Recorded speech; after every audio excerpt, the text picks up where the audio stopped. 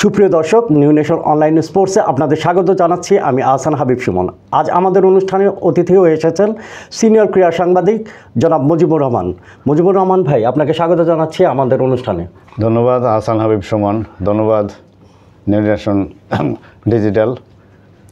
সুপ্রদর্শক, সম্প্রতি বাংলাদেশের ফুটবলে হামজা চৌধুরীর অন্তর্ভুক্তি নিয়ে বেশ আলোড়ন সৃষ্টি হয়েছে। হামজা চৌধুরী অভিষেক হয়েছে ভারতের বিরুদ্ধে 25শে মার্চ।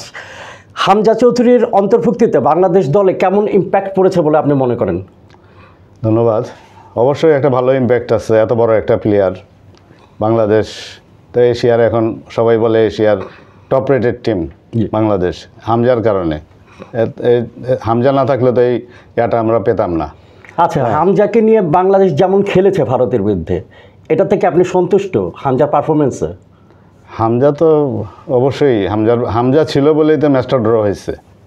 তা নাহলে তো 3-4 গোল খেয়ে আমাদের ফিরতে হতো থেকে, শিলং থেকে। না, কিন্তু শুরুতে তো বাংলাদেশ বেশ কিছু গোলের সুযোগ, মানে ওপেন নেটও মিস করেছে। ফুটবল গোলের খেলা, গোলের তো মাসুল দিতে হয় মিস করলে।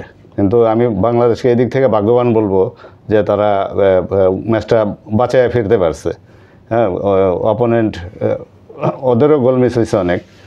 তা দুই দল মিলে আসলে সমান সমানই আমি বলবো। তবে ম্যাচটা আমরা উইন করতে পারতাম, যেহেতু শুরুর কয়েক মিনিটের ভিতরেই কয়েকটা গোল মিস হয়ে গেছে। হ্যাঁ, মুজিবুর রহমান জনি প্রথম মিনিটেই গোল করে এগিয়ে যেতে পারতো।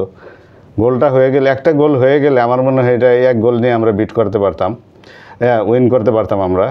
আর হামজা চৌধুরী যে খেলছে, হামজা চৌধুরী তো আমরা যেটা প্রত্যাশা করছিলাম, আমি বলবো যে প্রত্যাশার চেয়ে ভালো খেলেছে। হ্যাঁ, প্রত্যাশার। এখানে আমার প্রশ্ন হচ্ছে, আপনি গোল মিসের কথা বলেছেন।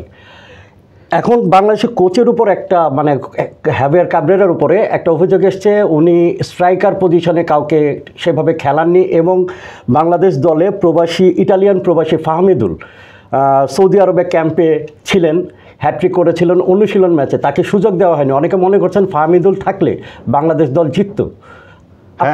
আমি আপনার কথার সাথে একমত। এটা ফাহমিদুল থাকলে জিততো কিনা জানি না, তবে যে গোলগুলো মিস হয়েছে আমার মনে হয় অন্তত একটা গোল সে করতে পারতো। তার খেলাগুলো তো আমি দেখছি, প্র্যাকটিস ম্যাচটাও হাইলাইটটা দেখছি কিছু। তো এটা আমাদের জন্য খুব খারাপ হয়েছে। এটা কী কারণে ওকে দলে নেওয়া হয়নি, কী কারণে ক্যাম্পে রাখলো, কী কারণে বিদায় করে দিল, এটা কোচ ভালো বলতে পারবে। যদিও কোচ গতকাল দেখলাম একটা মিডিয়াতে, বিভিন্ন মিডিয়ায় সাক্ষাৎকারে বলছে যে ফাহমিদুলকে যদি সে দলে রাখতো তাহলে তার নাকি চাকরি থাকতো না। তার মানে কি এটা ওই যে একটা প্রশ্ন উঠতেছে যে সিন্ডিকেটের ব্যাপারটা কি সেদিকে ইঙ্গিত করে? তাই তো মনে হচ্ছে। এখন সিন্ডিকেট তো আসলে আছেই, তা না হলে এরকম প্লেয়ার বাদ দেবে কেন? আর আপনি স্ট্রাইকার সংকটের কথা বলছেন, আমাদের স্ট্রাইকার সংকট তো আসলে সর্বশেষ আমি আলফাজের পর বাংলাদেশে আর কোনো স্ট্রাইকার দেখি নাই জাতীয় দলে। আর যারা এখন খেলে তারা যে টিমে খেলে ওই টিমেই তো চান্স পায় না।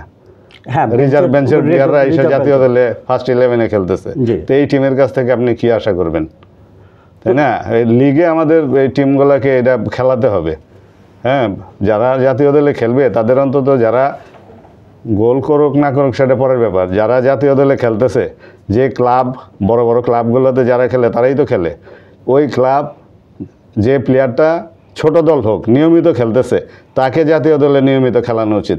যে রিজার্ভ বেঞ্চে থাকে তাকে এনে আপনি এখান থেকে রেজাল্ট আশা করবেন, এটা তো একটা মানে যেমন আমাদের আলামিন পুলিশে খেলে রেগুলার খেলতেছে এই বছর লিগে, পেশাদার লিগে অনেক গোল আছে তার, বাংলাদেশি খেলোয়াড়দের মধ্যে সর্বোচ্চ গোল এবারের লিগে। তাকে স্কোয়াডে থাকা সত্ত্বেও নামানো হয়নি। এটা কি কোচের ভুল না? ভুল কিনা বলবো না, এটা কি সিদ্ধান্তে উনি বলছে। এই যে আপনি একটা কথা বললেন একটু আগে, সিন্ডিকেটের কথা, আমার তো মনে হয় ফার্স্ট 11 সাজাতে গিয়েও কোচের উপর প্রেশার ছিল, নানাভাবে প্রেশার ছিল। কোচ বিভিন্ন ক্লাবের প্লেয়ারদেরকে প্রায়োরিটি দিছে। হ্যাঁ, এবং কোচের উপর না হলে কোচ তো বলতো না যে আমার এই ফাহমিদুলকে বাদ দিলে আমার চাকরি থাকবে না।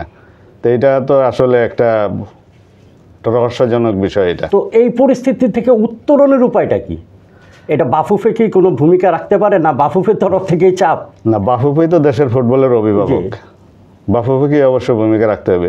সিন্ডিকেট কারা করে? যদি সিন্ডিকেট সত্যি মিথ্যা আমি জানি না, এটার কোনো অস্তিত্ব আমি দেখি না।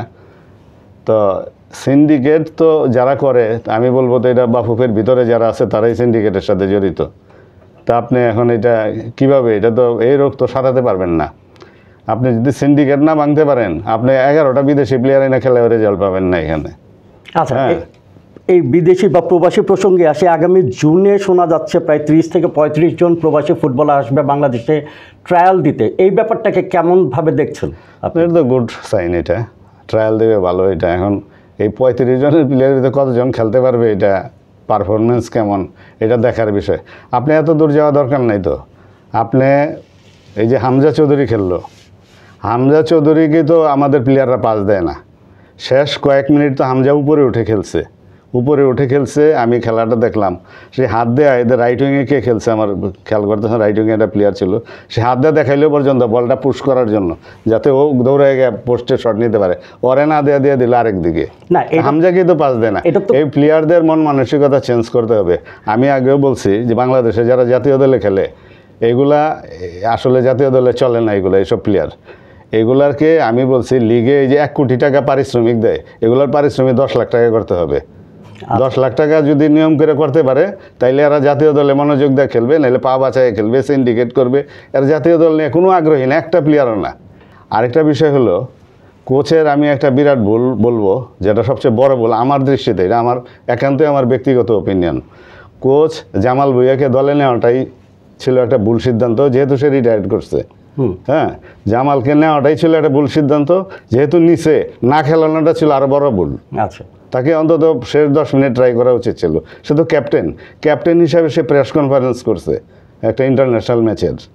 হ্যাঁ, পুরা টিমটার সাথে ছিল। তো জামাল ভুঁইয়াকে কেন খেলাইলো না? ক্যাপ্টেনকে আপনি খেলাবেন না কেন? আর না হলে ক্যাপ্টেন আরেকজনকে দিলেন, ক্যাপ্টেন দরকার, খেলাবেনই না, তো আপনি তারা ক্যাপ্টেন রাখলেন কেন, দলে রাখলেন কেন, কারণটা কি? আমি এটা ফুটবল ফেডারেশনের কাছে জানতে চাই, কোচের কাছে না। তারা কোচের কাছে কোনো ব্যাখ্যা চেয়েছে কিনা আমার এটা একটু জানা দরকার। আচ্ছা, আপনি যে অভিযোগটা করলেন যে প্লেয়াররা হামজাকে পাস দেয়নি, এটা তো আসলে মানে কমিউনিকেশনের অভাবও হইতে পারে, যে হামজা যে লেভেলের প্লেয়ার আসলে তার সাইন বুঝতে পারেনি। এটা কমিউনিকেশন না, এটা জেলাস। ওই পজিশন থেকে ও হাতটা দেখাই দিচ্ছে, কাছাকাছি প্লেয়ার, ক্লোজড, বোথ আর ক্লোজড। হ্যাঁ, কাছাকাছি পজিশন থেকে ওটা পুশ করলেই হয় বলটা। হ্যাঁ, আমিও তো ফুটবল খেলছি। জি, হ্যাঁ, তা আমি থাকলেও তো এটা পুশ করে দিতাম। ও তো হামজার তো শট আছে, স্কিল আছে, হামজার তো অন্তত একটা চান্স নিতে পারতো সে গোলের। হ্যাঁ, তো এটা তো আমি বলবো এটা মন মানসিকতার অভাব। ওই যে আমি আগেই বলছি, জাতীয় দল নিয়ে আমাদের প্লেয়ারদের কোনো আগ্রহ নেই। এরা সব ক্লাব টিমে খেলে 1 কোটি টাকা করে পায়, 1 কোটির উপরে পায়। এগুলো 10 লাখ টাকার পারিশ্রমিকের প্লেয়ার না, এগুলো প্লেয়ার আর জাতি না, এগুলো আমি বলবো। এটা কি জাতীয় দলে খেলবে? এটা যে প্লেয়ার দেশপ্রেম নাই, তার আবার কিসের জাতীয়তা বোধ, কিসের জাতীয় দল? এগুলার 10 লাখ টাকা আইন করে পারিশ্রমিক করা উচিত। আচ্ছা, আমি বসুন্ধরা ক্রিমসের যে ইমরুল হাসান সাহেব আছে, ওইখানে আমি একদিন আলাপে বলছিলাম, উনি বললো যে ঠিক আছে আমরা এটা করলাম 10 লাখ টাকার। দেখা গেলো আন্ডার হ্যান্ড ডিলিংসে অন্য ক্লাব 1 কোটি টাকা দিয়ে নিয়ে গেছে, আমরা নিলাম না, তো আমাদের লস হবে। তো এটাও একটা বড় কথা বলছেন।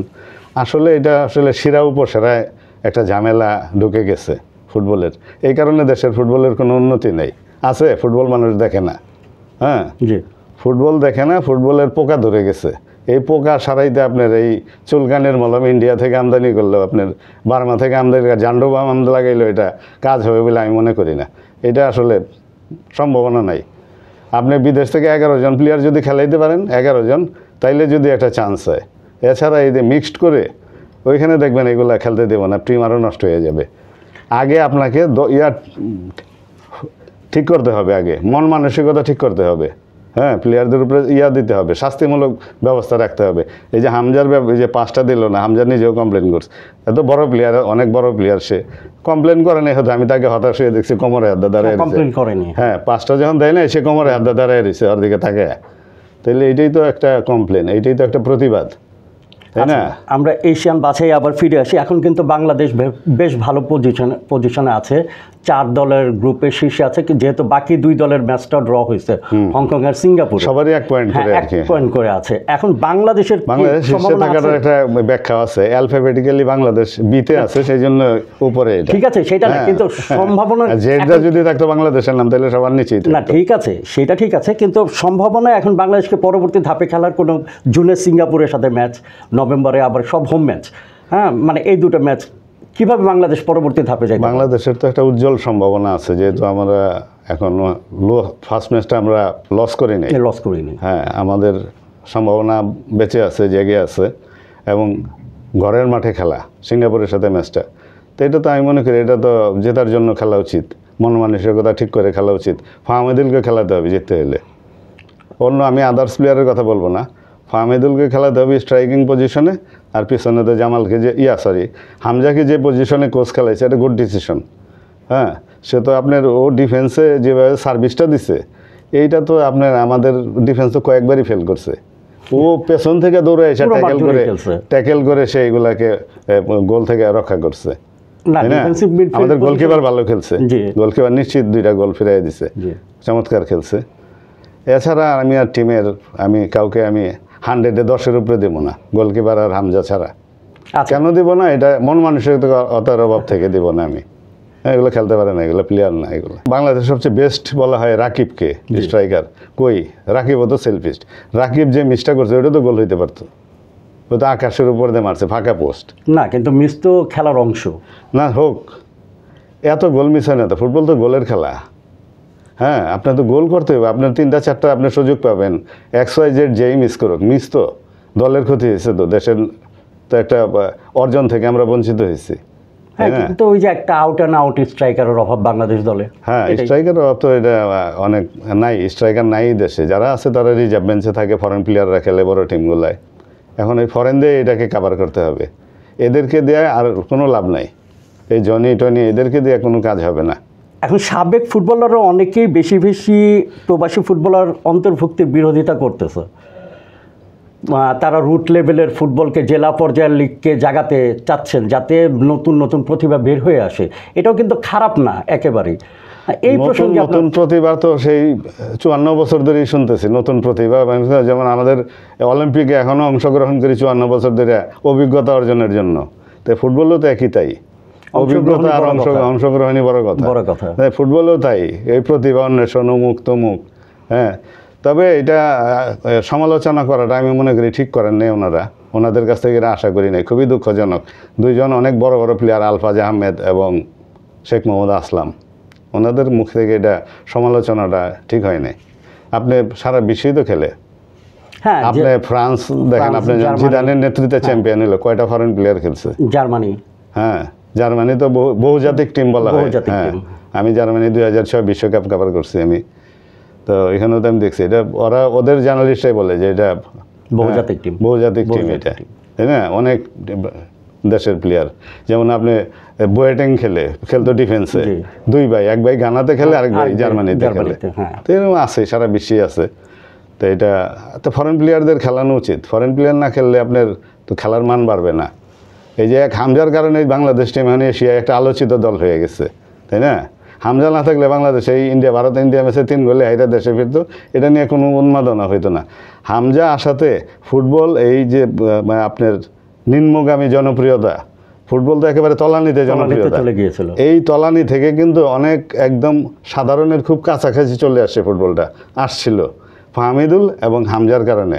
হামজা ধরেন এনে 70%, ফাহমিদুল 30% জনপ্রিয়তায় মানুষ খুব কাছে নিয়ে গেছিলো এটা, এবং মিডিয়া কাভারেজ সব কিছু মিলে ফুটবলটা খুব কাছাকাছি নিয়ে আসছিল এরা এই 2জন প্লেয়ারের কারণে। যেই ফাহমিদুল বাদ পড়লো তখনই কিন্তু এটা সমালোচনা শুরু হইলো, মানুষ এটা বলে খুব খারাপভাবে নিল ফুটবলের। তারপরে মানুষ শেষ আগ্রহটা ছিল হামজাকে নিয়ে। তো হামজা আমি মনে করি তাদের প্রত্যাশা পূরণ করতে পারছে, সবাই হামজার খেলায় হ্যাপি। তো এই কাজে এরকম হামজা মানের তো প্লেয়ার পাবে না, অন্তত কিছু নিচের দিকের মানের প্লেয়ারও যদি পায়, তাইলে এটা আমার মনে হয় আমাদের ফুটবলের জন্য একটা উপকার হবে। এটা ফুটবলের। আচ্ছা, আমরা অনুষ্ঠানের প্রায় শেষে চলে এসেছি। আপনার কাছে আমার শেষ প্রশ্ন হচ্ছে, প্রবাসী একদিকে থাক, সেটা তো আসুক, কোনো সমস্যা নেই। বাংলাদেশে নিজেদের মানে দেশীয় স্ট্রাইকার তৈরির পথটা কি? মানে এখন তো প্রায় প্রতিটা ক্লাবে, লিগে বিদেশি স্ট্রাইকার পজিশনে অন্তত থাকে। স্ট্রাইকার আসলে যারা ফার্স্ট 11 স্ট্রাইকার, আপনি তো আলামিন ছিল এখানে, টিমে ছিল। আলামিনকে আমি তো মনে করি জনির জায়গায় আলামিনকে খেলানো উচিত ছিল শুরু থেকে। হ্যাঁ, জনি যেহেতু রিজার্ভে বেঞ্চে বসে থাকে, তোর রিজার্ভ বেঞ্চে রাখা উচিত ছিল। 90 মিনিটস তাকে খেলানোর কোনো মানে হয় না, তাহলে ওরা রাখছে কেন টিমে? হ্যাঁ, শেষ মুহূর্তে পদ চেঞ্জ করছে তাকে, কিন্তু তখন তো আর কিছু করার নাই, যা হওয়ার তো শুরুতেই হয়ে গেছে। পিয়াস আহমেদ নোভাও ছিল, নোভা ছিল, হ্যাঁ ঠিক আছে, নোভা ইয়াং প্লেয়ার। আলামিনকে তো অবশ্যই ট্রাই করানো উচিত ছিল, সর্বোচ্চ গোলদাতা এখনো পর্যন্ত লিগে, দেশের ফুটবলার, হ্যাঁ লোকাল ফুটবলারদের মধ্যে সে, তাকে খেলালো না। তা আমি মনে করি আসলে কোচেরও এখানে ভুল ত্রুটি কি সীমাবদ্ধতা আছে। এখন আমাদের তো টাকা পয়সার অভাবে এই কোচ চলে না আসলে। আমি একটু নারী ফুটবলেরও যোগ করি এখানে, পিটার বাটলার এবং এই যে হেভিয়ার ক্যাব্রেরা, দুইটাকেই বিদায় করে দেওয়া উচিত। কেন? পিটার বাটলারও কিন্তু নারী ফুটবল আমাদের চ্যাম্পিয়ন টিম না, ব্যাক টু ব্যাক চ্যাম্পিয়ন। ওই টিমের পুরা সেট 18 জন প্লেয়ারকে সে বাদ দেয়, কত বড় দুঃসাহস তার। নতুন জাতীয় দল বানাইছে, নতুন বাংলাদেশ বানাইছে, এটা ফুটবল ফেডারেশনের কর্মকর্তারা এটা অ্যাকসেপ্ট করে নিছে। এইটা তো একটা হাস্যকর বিষয় একটা। এটা আমি মনে করবো অদূরদর্শিতা, অযোগ্যতা। এটা একটা ফেডারেশনে পেশাদারিত্বের অভাব আছে। হ্যাঁ, কাজী সালাউদ্দিন আপনার যতই সমালোচিত হোক, কাজী সালাউদ্দিন বাংলাদেশের যত সেক্টর আছে সব মিলে কাজী সালাউদ্দিন বাংলাদেশে 1 নম্বর সেলিব্রিটি অ্যাজ এ ফুটবলার। কাজী সালাউদ্দিনের সাথে কারো তুলনা চলে না। তো এখন কাজী সালাউদ্দিনের লোকজন এখানে আছে ফেডারেশনে, তারই লোকজন সব, কিন্তু ওনার অভাব এখানে বোঝা যায়। উনি তো প্লেয়ারদেরকে ডাকতো, এই যে মেয়েদের ফুটবলের এত বড় একটা ঘটনা ঘটে গেল, এটা উনি থাকলে হইতো না। তো উনি থাকলে এটা 2 দিনে দেখলেন ঠিক হয়ে গেছে, 2টা দমক লাগে তো 2 দিকে। আর এই বাটলার ওই এত বড় যারা বাদ পড়েছিল তাদের নিয়ে আমি মনে করি এইখানে আমাদের যে মহিলা ফুটবলের লোকাল কোচ যে ছিল গোলাম রাব্বানি ছোটনের হাত ধরেই তো টিমটা উঠছে। তো এইখানে ওদেরকে আছেও ছোটনকে আনুক, ফরেন কোচ ভালো না পাইলে, আর ওইখানে ওই যে হেভিয়ার ক্যাবরে রেখে বাদ দিয়ে অন্য কোচের সন্ধান করা উচিত, আর নাহলে লোকাল কোচ দিয়ে চালানো উচিত। জি, আচ্ছা, ধন্যবাদ মুজিবুর রহমান ভাই আপনার মূল্যবান সময় আমাদের দেওয়ার জন্য। দর্শক, আমরা আবার ফিরে আসব নতুন কোনো অতিথিকে নিয়ে। আজকের মতো বিদায় জানাচ্ছি নিউ নেশন অনলাইন স্পোর্টসের এই অনুষ্ঠান থেকে। ধন্যবাদ সবাইকে।